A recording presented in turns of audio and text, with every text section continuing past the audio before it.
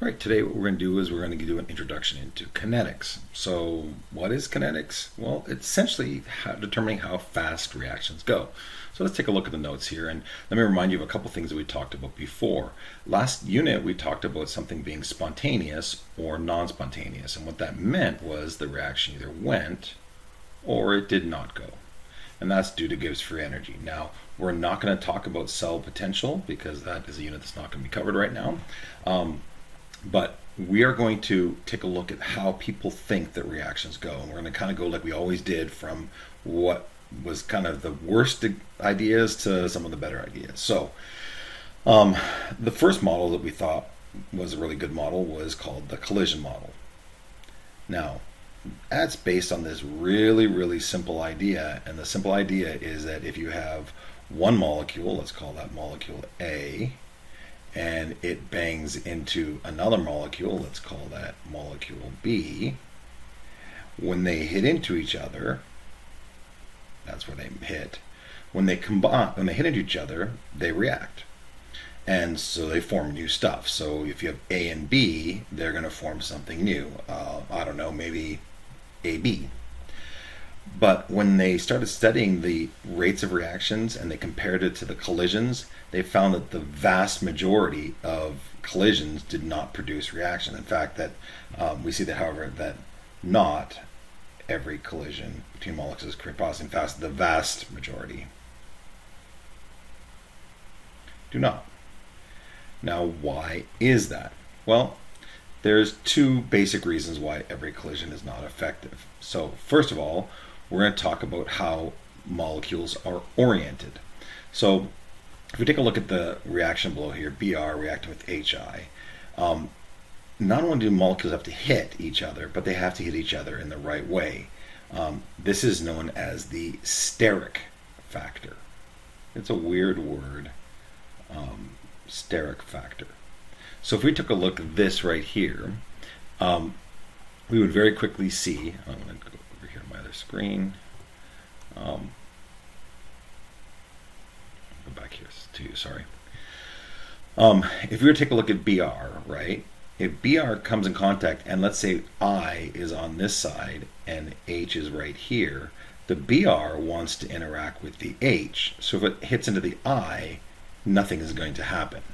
But if it happens to contact it in the right orientation, where the H is on this side, which is what it wants to interact with, let's just say this right here, then it will react and you'll end up with HBr and the A gets kicked off. Does that kind of make sense?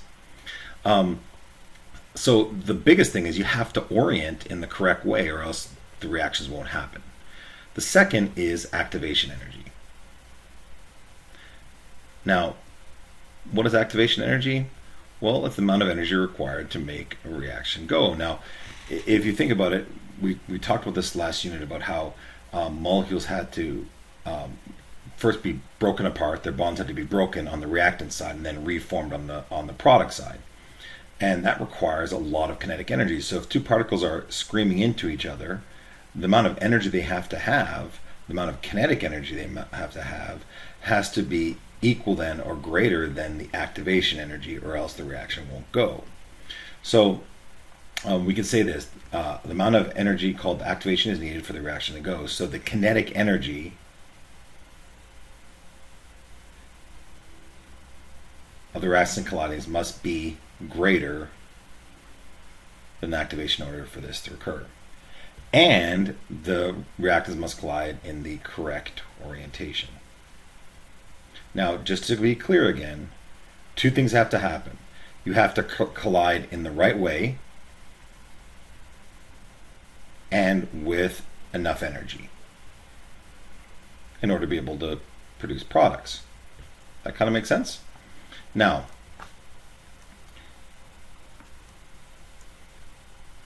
what helps a reactant go? So there's a few things that will help a reactant go, and you probably have guessed these already, but let's just jot them in here anyway. Let's use a different pen because the blue has I've grown weary of the blue. Let's try this. Let's try the purpley. So higher temperature. So we probably know this, but let's go higher T for temperature.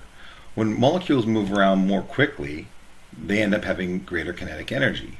And if you have a higher concentration, more particles, I'm going to do this for concentration. Higher concentration of reactants increase the rate. So two things that will cause a reaction to go more quickly are greater temperature, an increase in temperature, and an increase in concentration.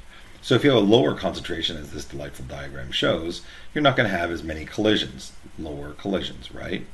And if you have lower collisions, there's not as many chances for you to react. And then, so obviously higher concentrations means more collisions, but also if you're moving faster, you typically have a greater kinetic energy. And that greater kinetic energy provides more energy, and it's more likely that you're going to be able to break all the bonds that you have to break in order to form something new. Bottom line is this. Reactions can occur just by molecules banging into each other. However, most of the time when molecules hit, nothing happens due to high activation energies and steric factors. Okay, so what does that leave us then exactly?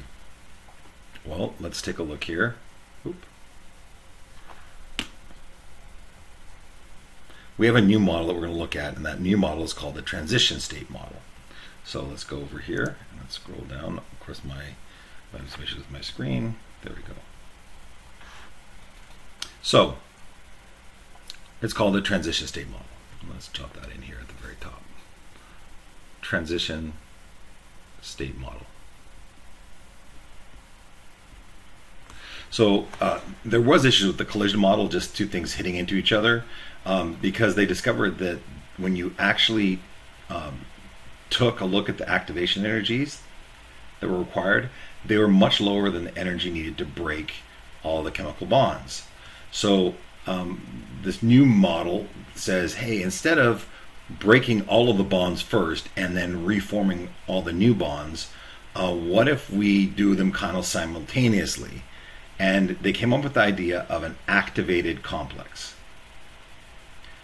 Activated complex. And an activated complex, we sometimes know it as a transition state. So activated complex or transition state.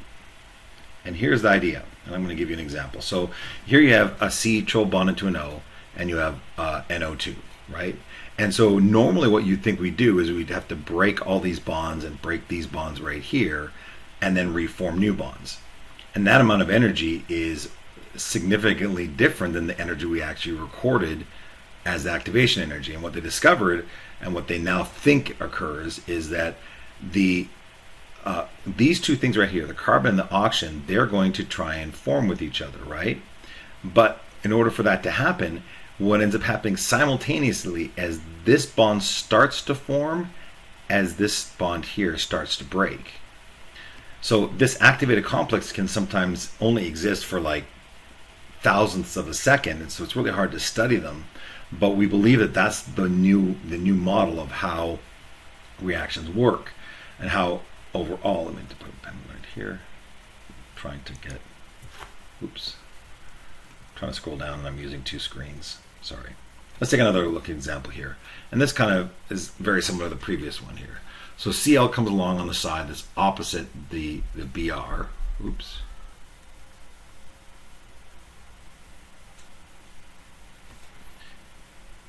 Comes in over here, and it starts to form. Do you see right here? It starts to form the bond with the carbon in the middle.